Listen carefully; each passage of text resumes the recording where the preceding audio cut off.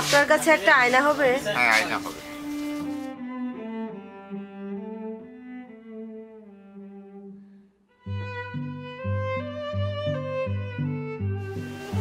এত ছোট না, আরো বড় আয়না।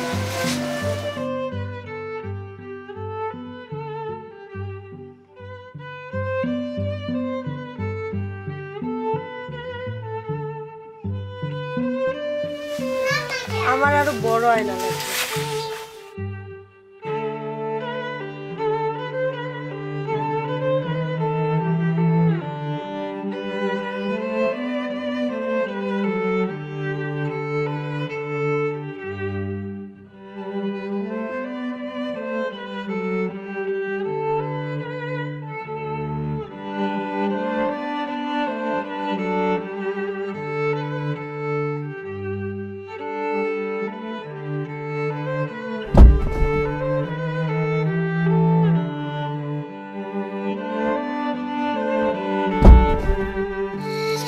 লাগবে একটা আয়না হবে? আয়না হবে। বড় আয়না লাগবে না ছোট আয়না? চলেন আয়না দে তো। আয়না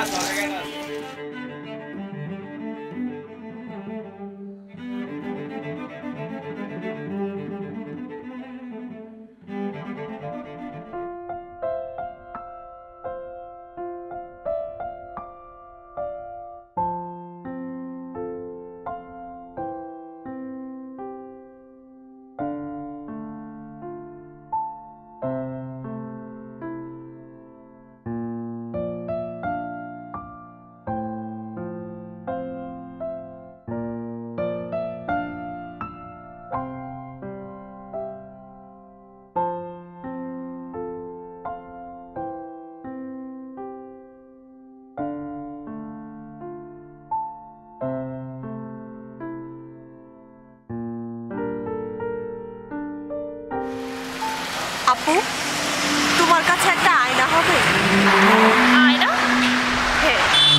কি করবে আয়না? কত দেখি। এসো আমার সাথে।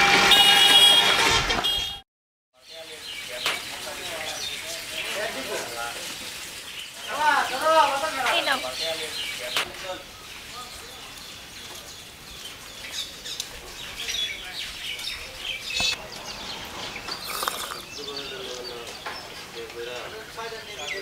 আচ্ছা এবার বলো, কেন লাগবে তোমার এত বড় দেহের সমান আয়না? আমার দেহের কোথাও যেন একটা ক্ষত হয়েছে, কি যেন হারিয়ে গিয়েছে জানো, খুঁজে পাচ্ছি না। আয়না লাগবে তো, আয়না দেহের সমান বড় আয়না লাগবে। কবে হলো তোমার ক্ষত? গতকাল রাতে। তোমাকে একটা গল্প বলি। একটা 9 বছর বয়সী মেয়ে একদিন তার বাবার বন্ধু এসেছিল তার বাসায়। তারপর তার সাথে কি যেন করতে চেয়েছিল। এরপর মেয়েটার শরীরে একটা বড় ক্ষত সৃষ্টি হয়। মেয়েটা আয়না খুঁজে পায় না। 21 বছর বয়সী একটা মেয়ে তার বন্ধুদের সাথে বেরোলো কনসার্ট দেখবে বলে। তার প্রিয় ব্যান্ড এসেছিল। আনন্দের বদলে একরাশ লজ্জা নিয়ে ফিরতে হলো তাকে বাড়ি। তারও শরীরে অনেক বড় একটা ক্ষত হয়েছে। বলো তো তারা এখন কোথায়? কোথায়? দেখতে পাচ্ছ? তোমার সামনেই আছে। দেখতে পাবো না, দেখতে পাচ্ছি না। ক্ষত আসলে ছিল না কখনো। ক্ষত আসলে আমাদের সমাজে। তোমার আমার মাঝে কোথায় ক্ষত? দেখতে পাও কোনো ক্ষত? না, কোথাও কোনো ক্ষত দেখতে পাচ্ছি না। চলো তোমাকে আজ ক্ষত দেখাবো। তোমার আমার ক্ষত নয়, সমাজের ক্ষত।